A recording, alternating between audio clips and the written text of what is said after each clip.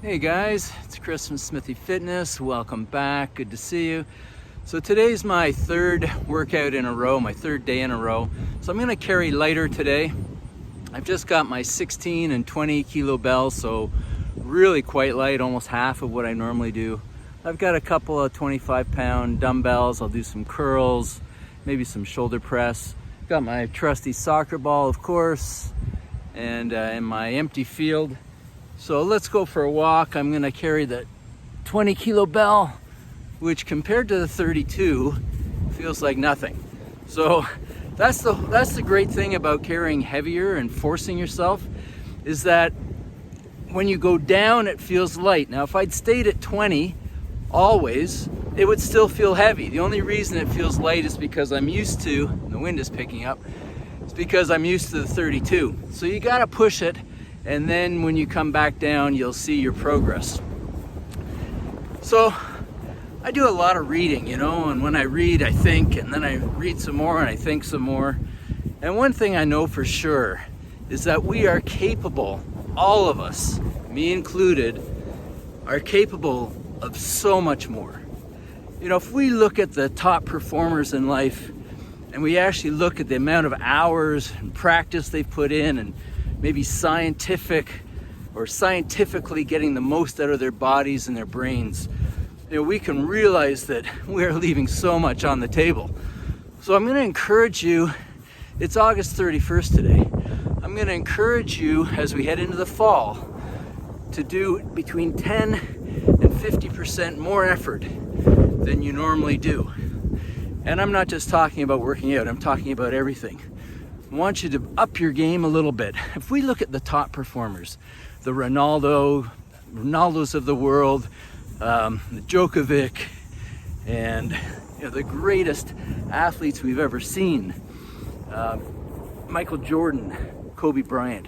If we think about how much they worked, what was their work ethic? And yes, they're tremendously talented, but it was the effort and the work they put in that set them apart, because there are a lot of talented people in this world, and most of them fritter away their talents, including us. We're not doing as much as we can. I mean, a chess master, how much work does a chess master put in to being a chess master? I mean, they talk about 10,000 hours to greatness. You know what 10,000 hours is? It's an hour a day for 30 years, 3 hours a day for 10 years. Now, the musicians as well. So how much are we really doing? Warren Buffett just turned 94. Buffett, throughout his whole career up until recently, was reading between 600 and 1,000 pages a day. He said that's his job. He goes into his office and he reads. Now he's reading annual reports, but he's also delving deep into the various personalities of the leaders, of the CEOs. He's doing a deep dive, 600 to 1,000 pages a day. Did you read 600 to 1,000 pages last year? Did I read that much? Yes, I did, but not that much more. Now, at 94, he's reading 500 pages a day. So when I ask you to put an extra 10 to 50% effort into your life, and I'm asking myself that as well, what does that entail? It might include adding one workout a week. And if you don't have time for that, maybe you can tack on 10 minutes at the end of each of your existing workouts, or 15 minutes.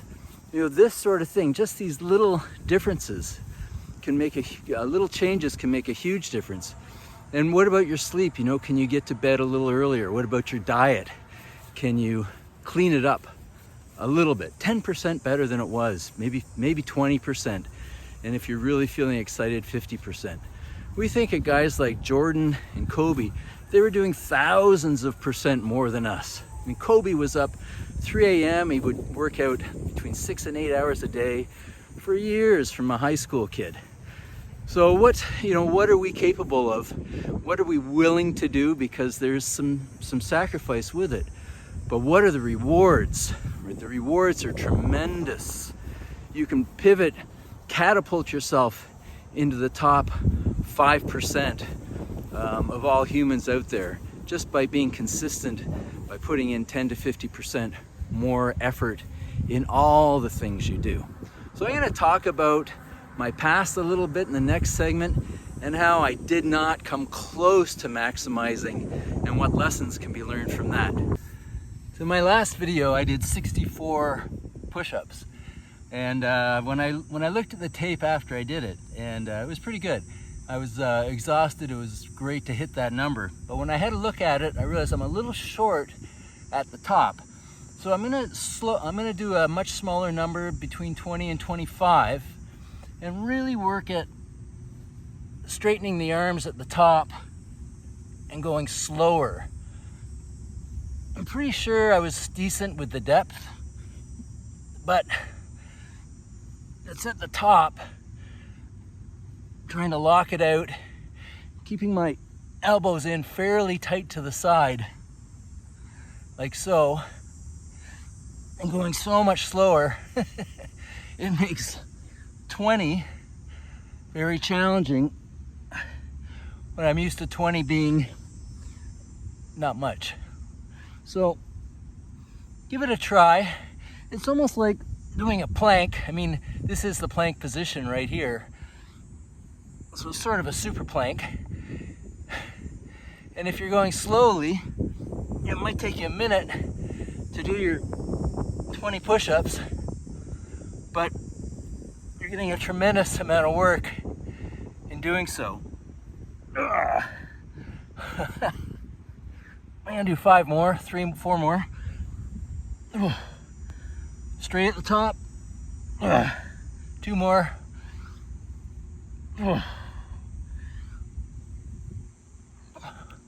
Okay.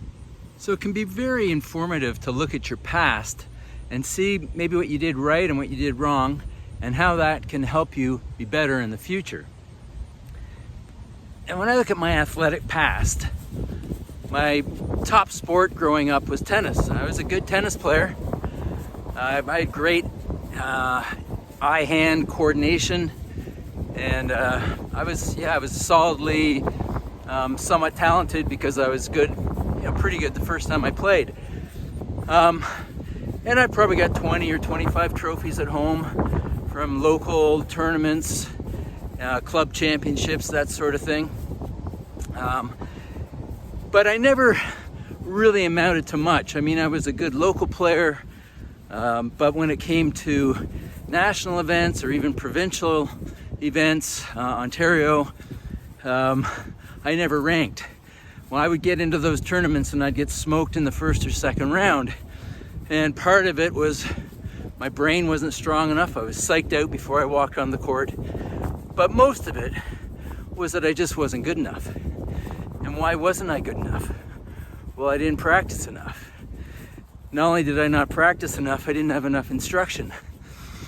I also didn't get any coaching on, using the brain properly and not getting psyched out and being confident. You look at a guy like Djokovic, any of the pro players, they've got a whole team. I mean, they're like a corporation, and they've got 15 people working for them, including a coach and a nutritionist and a chef, and certainly nannies if they've got kids, and hitting partners, masseuse, strength training. I mean, they've got it all. They are leaving no stone unturned because the money is huge. I look back at what I did, and I did none of that. My nutrition wasn't very good. In the 70s, we were eating bread and pasta and not much meat in those days. I was pretty skinny.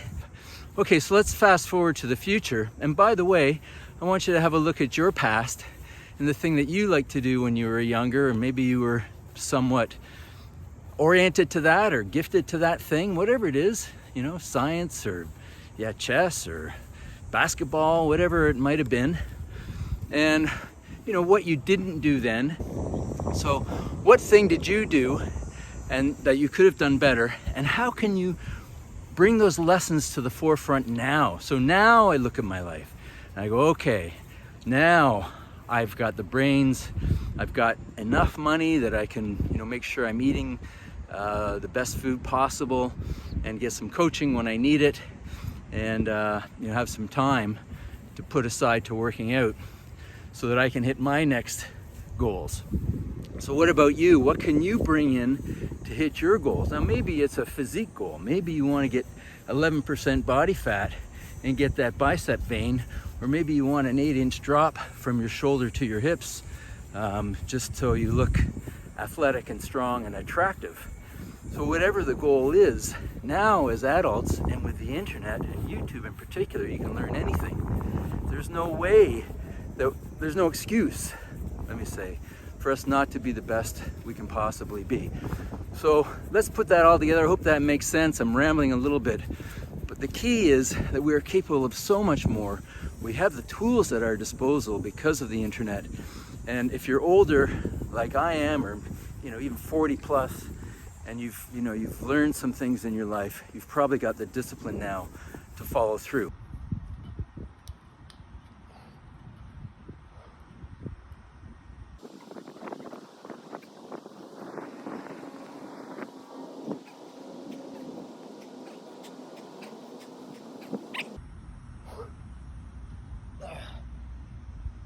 Finish.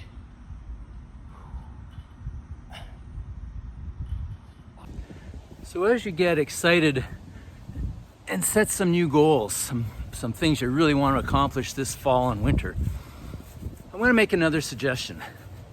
Go to a bookstore. I know, why? You can order your books through Amazon or online so easily. I'm going to say go to a bookstore and just browse. Okay, browse the business section. Browse the biographies. Biographies are great. My dad always said a great way to learn is to read about other great people and what they have done and gone through to achieve their level of greatness. So browse the biographies. Browse the health and fitness sections. See what some people you've never heard of, and they've written some books about, how I lost 200 pounds, or how I swam the English Channel, or, some great thing that some average person did, or they were average, they're not now. And, maybe get some encouragement and excitement and some ideas from that. So philosophy, go to the philosophy section. How to make every day a great day. I don't know if that's a book, but it should be if it isn't, right? So bookstores have proven to be my friend for all these years, starting as a 20-year-old. I couldn't believe that there were all these books on things that, were interesting, not just textbooks, which I was used to reading, or the assigned books from your English teacher. So go to the bookstore. Maybe buy one, but you don't have to. Maybe it just gives you some ideas, and then you go home and search YouTube. But books are great. You can write on them, you can underline them, you can take them with you wherever you go on the subway, and reread. I've read certain books 15, 20 times for real. Think and Grow Rich. One of them, Mastery. It's another one, 48 Laws of Power. I've read that numerous times, certain sections of that 10, 12 times. It's all marked up if you ever looked at my book.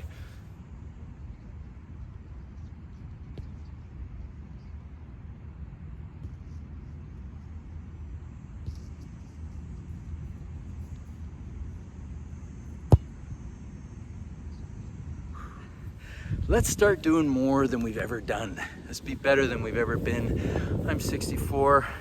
I feel I'm just getting going, man. I think the next 20 years are gonna be amazing. And then maybe I'll cruise for my last 20 years, right? So lots to be optimistic about, happy about, excited about, feeling the life juice. All right, guys, that's enough. Great to see you. And I will see you again in the next one.